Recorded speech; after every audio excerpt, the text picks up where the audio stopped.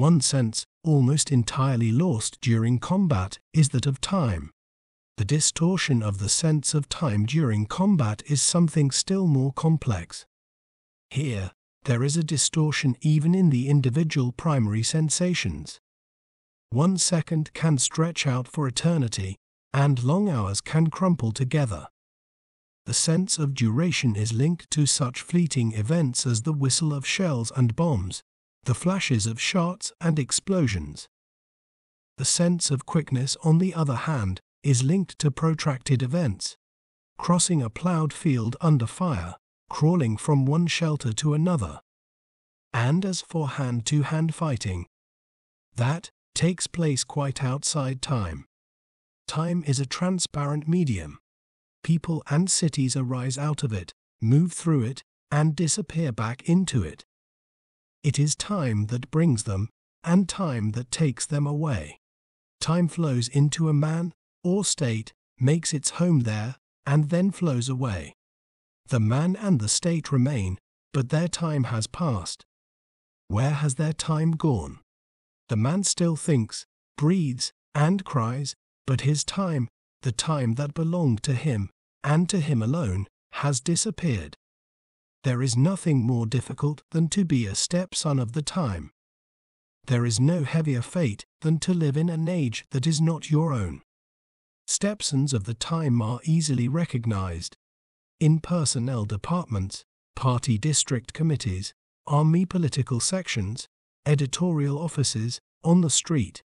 Time loves only those it has given birth to itself.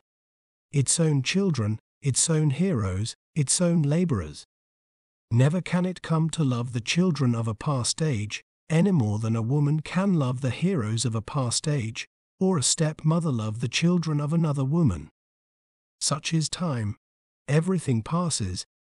It alone remains. Everything remains.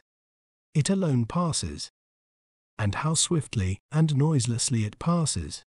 Only yesterday, you were sure of yourself, strong and cheerful, a son of the time. But now another time has come, and you don't even know it. An extraordinary change takes place at the turning point in a battle. A soldier looks round after apparently gaining his objective, and suddenly finds he has lost sight of his comrades. While the enemy who had seemed so weak, scattered and stupid, is now united and therefore invincible.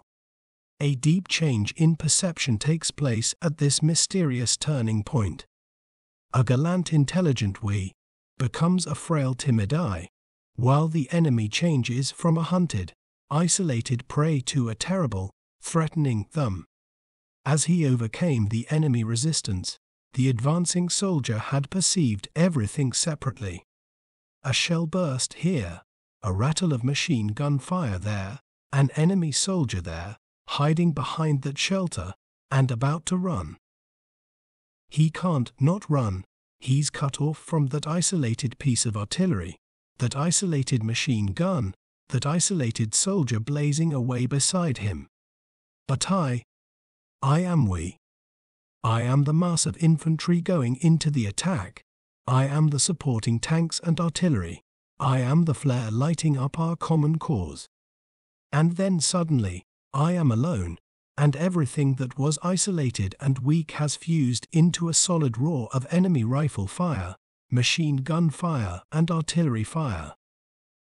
This united enemy is now invincible. The only safety lies in my flight, in hiding my head, in covering my shoulders, my forehead, my jaw. Often, it is the understanding of this transition that gives warfare the right to be called an art. This alternating sense of singularity and plurality is a key not only to the success of night attacks by companies and battalions, but to the military success and failure of entire armies and peoples.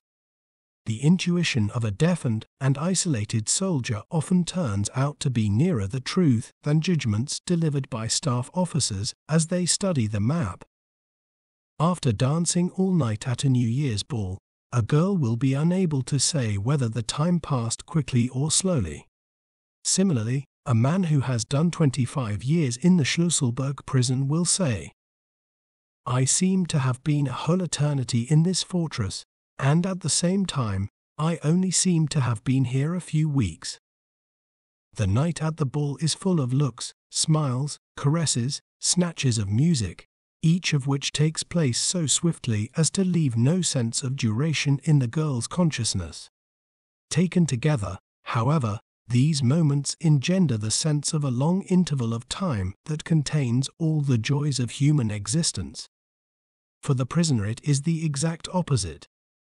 His 25 years are composed of discrete intervals of time, from morning roll call to evening roll call, from breakfast to lunch time, each of which seems unbearably long. But the twilight monotony of the months and years engenders a sense that time itself has contracted, has shrunk. And all this gives rise to the same sense of simultaneous quickness and endlessness felt by the girl at the ball.